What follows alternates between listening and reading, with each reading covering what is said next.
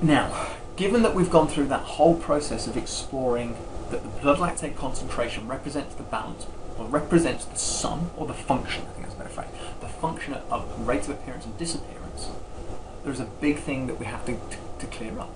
Is, well, how do you move the lactate from a site which is active to a site which is less active or inactive? And this is where we get to the notion of lactate transport. Now, in order to transport lactate, there's two big things you need to think about, which is capillary membrane and the sarcolemma. And what you have to recognise is that these are semi-permeable membranes, particularly the sarcolemma of the cell.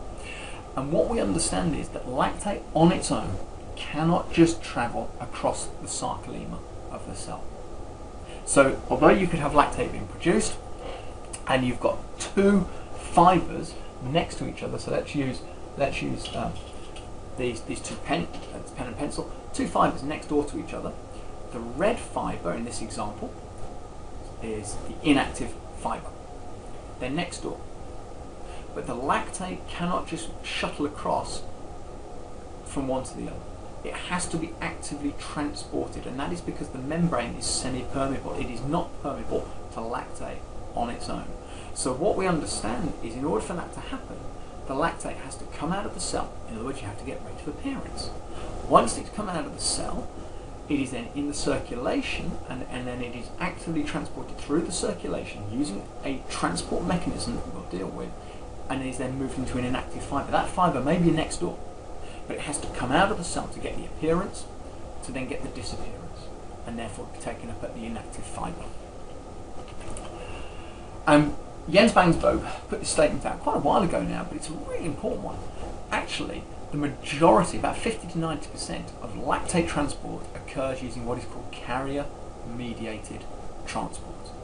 About 50 to 90%. What do we mean by that? Well, we mean using what's called the monocarboxylate transporters, the MCTs. Now, there are a large number of MCTs that are in existence, but the two that we're really interested in are monocarboxylate transporter 1 and monocarboxylate transporter 4. And actually, their role is pretty simple. MCT1 reflects the need of a fibre to take up lactate as mitochondrial fuel, whereas MCT4 reflects the efflux rate of lactate from muscles which are glycolytic in nature. So given that's the case, we can make some pretty big inferences, right? MCT1, the need of a fibre to take up lactate as mitochondrial fuel. You would be pretty good to put your house on and say, well, that's probably more closely related to slow twitch fibres, right? Because slow twitch fibres are richer in mitochondria. So MCT1 is more likely to be associated with type 1 fibres. MCT4, fibres that reflect the efflux rate of lactate from muscles which are glycolytic, is more likely going to be associated with the type 2 fibres. So let's explore these a little bit.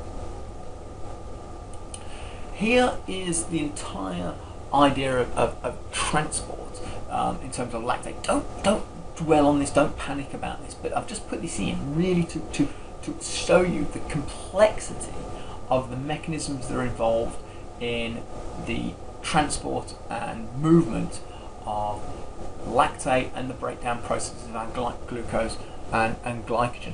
But what you can see is anything in pink is linked to the MCTs, the monocarboxylate transporters. So the idea of lactate to pyruvate, back to lactate, you can see anaerobic glycolysis, that's MCT transportation. The idea when we go from glucose 6-phosphate, we get to pyruvate, and now we want to convert lactate back to pyruvate, it's MCT4 that's going to allow that process to occur. Sorry, MCTs that are going to allow that process to occur. There are other transporters, and we'll deal with those very briefly towards the end of this podcast. But let's just think about the way these MCTs work. Well, here we've got some nice data where they've done some leg cycle endurance training. And what they've looked at is a group who are trained and untrained. And you can see in the untrained have far less of both MCT1 and MCT4. But remember that it is endurance training. And so remember what we said, that MCT1 reflects the fibres that want to use lactate as a mitochondrial fuel. So you would expect, would you not, that MCT1 is going to be richer in type 1 fibres than it is in type 2. And you can see that particularly in the trained individuals. It's pretty obvious, right? The MCT4 is far lower. Remember, this is endurance trained. They will have less MCT4 because they are more endurance trained. So we know that the active transporters respond to training, but the active transporters are also more closely linked with fibre type, recruitment of fibre type distribution. So this is a really important step point for us in terms of our understanding of lactate transport. This really helps us summarise. This is from a really nice study published in the Journal of Physiology by Joule. And what this is, essentially slow oxidative and fast oxidative glycolytic fibres, and that's on our x-axis, so that's percentage. And then you've got the MCT. Now, this is really, really nice for us to look at. So MCT1 and MCT4. Now, let's just get to some of the abbreviations here. Don't worry about a lot of them, but if you look at WG, WTA, and RTA, and RG.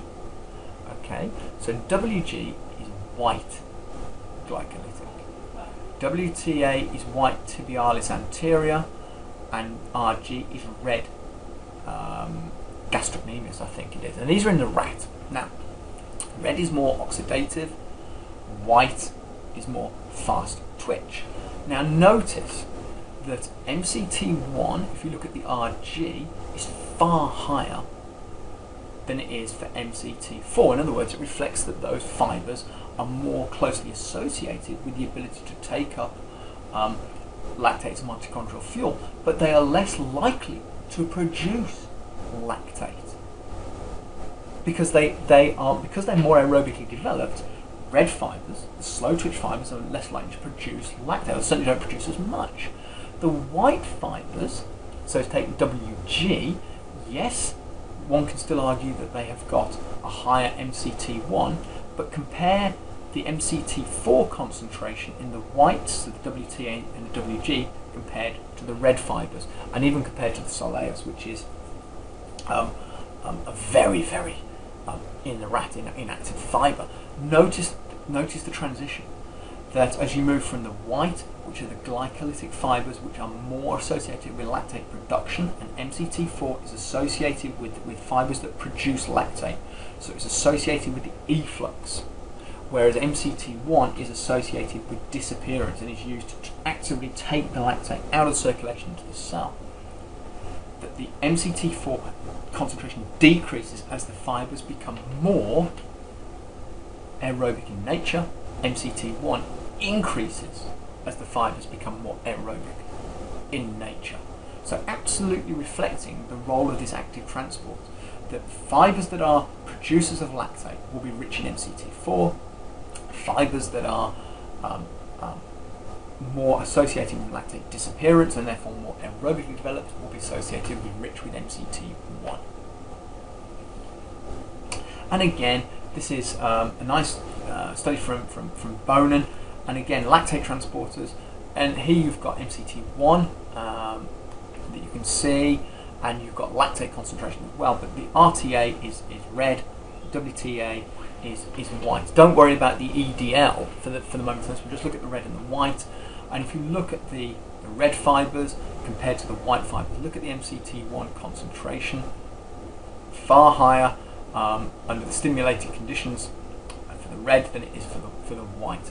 The lactate concentration in the red fibres is higher than it is in the white fibres. Okay, but what we're getting at is that the red fibres are more associated with MCT1 because they're associated with the ability to take up the lactate from the circulation and convert it back to pyruvate or glucose or so on, whereas the white fibres are actually more closely associated with MCT4 and the need to remove lactate. They're lactate producers, slow twitch fibres are lactate consumers. So this really tells us, explains a lot about why we see that blood lactate concentration curve during exercise, that it is absolutely linked to fibre type recruitment. that in low intensity exercise is predominantly slow twitch fibres, and so we get that nice balance between appearance and disappearance. But as the intensity goes up, we start to rely on more fast twitch fibres. We have to actively transport out. Fast twitch fibres are used because the intensity's gone up, but they will produce more lactate than we can actually consume or get lactate disappearance within the slow twitch fibres.